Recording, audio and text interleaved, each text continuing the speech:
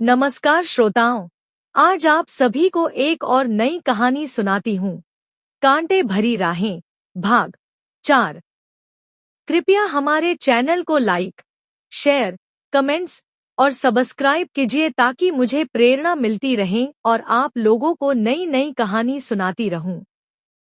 मीठालाल जी रोज की तरह सुबह की चाय की चुस्की लेते हुए अखबार में छापी खबरों पर नजरें दोहराते रहे। तभी पत्नी सावित्री देवी कहने लगी, आजकल अक्सर अखबारों और टीवी पर परिवारवाद की बहुत से आलोचनाएं सुनने को मिलती है। यह परिवारवाद क्या होती है?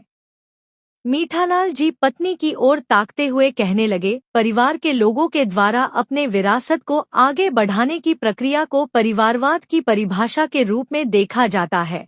मगर आजकल टीवी पर दिखाई जाने वाली खबरों में राजनैतिक दलों द्वारा परिवारवाद पर जो कटाक्ष की जाती है, वह न केवल निंदनीय है, विशेष रूप से विचारणीय विषय भी है।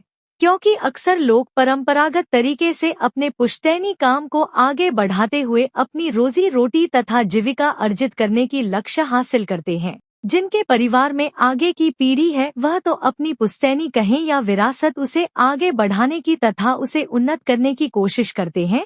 मगर जिनके परिवार में कोई नहीं है वह बेचारा क्या करे?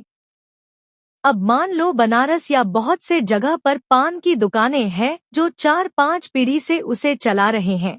कहीं पर दूध दही या मिठाई की दुकान है जो अक्सर खबरों में आती है। कहते हैं कि उसके व्यापार 7 पीढ़ी से चल रही है। दादा परदादा के समय के दुकान आज उनके पोते चला रहा है। उसमें बुराई क्या है? हमारे गांव में ही देखो चुन्नीलाल की पान की दुकान, जो अब के समय में कोई नहीं जानता कि चुन्नीलाल कौन है। उनके बेटे और पोते ने उस दुकान को चलाते रहे।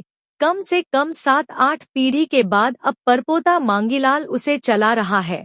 कहता है कि लगभग 200 साल की पुरानी है।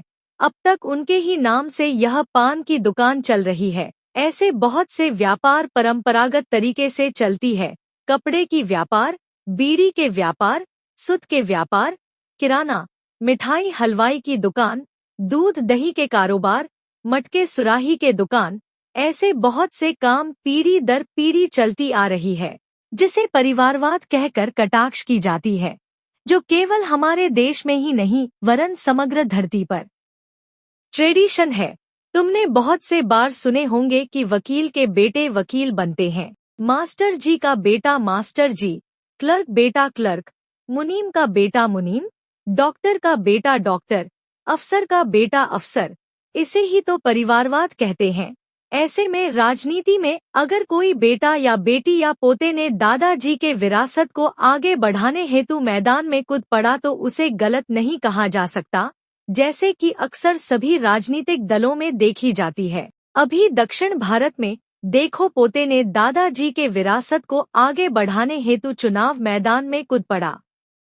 आक्षेप जताते हुए सावित्री देवी कहती है, अगर राजनीति में परंपरागत कोई वर्तमान पीढ़ी नेता बनने की ललक लेकर अपनी किस्मत आजमाने की कोशिश करते हुए मैदान में उतरते हैं, तो उस पर परिवारवाद कहकर कटाक्ष क्यों की जाती है? जवाब में मीठालाल जी कहने लगे, यहाँ इस बात की मंथन करना आवश्यक है कि कुछ लोग इस पर कटाक्ष करते हैं और वही लोग कटाक्ष करते हैं जिनके परिवार ही नहीं होते या तो उनके परिवार में उनके विरासत को आगे बढ़ाने वाला कोई नहीं होता। जैसा कि तुमने देखी होगी कि बहुत से बड़े कलाकार हैं जिनके बच्चे अपने माता पिता के कला को आगे बढ़ाने की जिम्मा लेकर अग्रसर होने लगते हैं। मगर बहुत से ऐसे अभिनेता अभिनेत्री तथा गायक कलाकार और भी बहुत तरह के कलाकार हैं जिनके अगला पीढ़ी भी नहीं है। ऐसे में उनके विरासत को आगे बढ़ाने वाला भी कोई ना रहा। उनके मृत्यु के पश्चात उनके कला वहीं पर रुक जाती है। यह एक प्रकृति के नियम है कि जिनके औलाद हुई है वह अपने विरासत को आगे बढ़ाने की भरपूर कोशिश करेंगे, मगर जिनके नहीं है। तुमने सुना होगा कि गांव में जड़ी बूटी पिसकर दवाई देकर हजारों लाखों लोगों के उपचार करने वाले बताते हैं कि यह शिक्षा उन्होंने अपने दादाजी और पिताजी से सीखा है। यह काम 4 पीढ़ी से करते आ रहे हैं। सबसे बड़ी बात है कि जिनके परिवार में पीढ़ी दर पीढ़ी है वह लोग तो अपनी विरासत को आगे बढ़ाने की प्रयास करते हैं, मगर जिनके कोई नहीं है चिंता जाहिर करते हुए सावित्री देवी कहती है, हमारे गांव में वीरेंद्र मंगल जी थे। प्रसव के दौरान उनकी पत्नी किशोरी जी और बच्चा दोनों के ही मृत्यु हो जाती है। वीरेंद्र मंगल जी की दूसरी शादी करवाई जाती है। 4-5 वर्ष तक बच्चे न होने की स्थिति में लोग कहने लगे कि तीसरी शादी कर ले। चर्चा चल ही रही थी कि अचानक एक रोज खेत में उनकी पत्नी मनोरमा को जहरीली कीड़े ने कट लिया। सप्ताह भर इलाज के बाद भी मनोरमा भगवान के प्यारे हो गई। दुखी होकर वीरेंद्र मंगल तीसरी शादी नहीं की।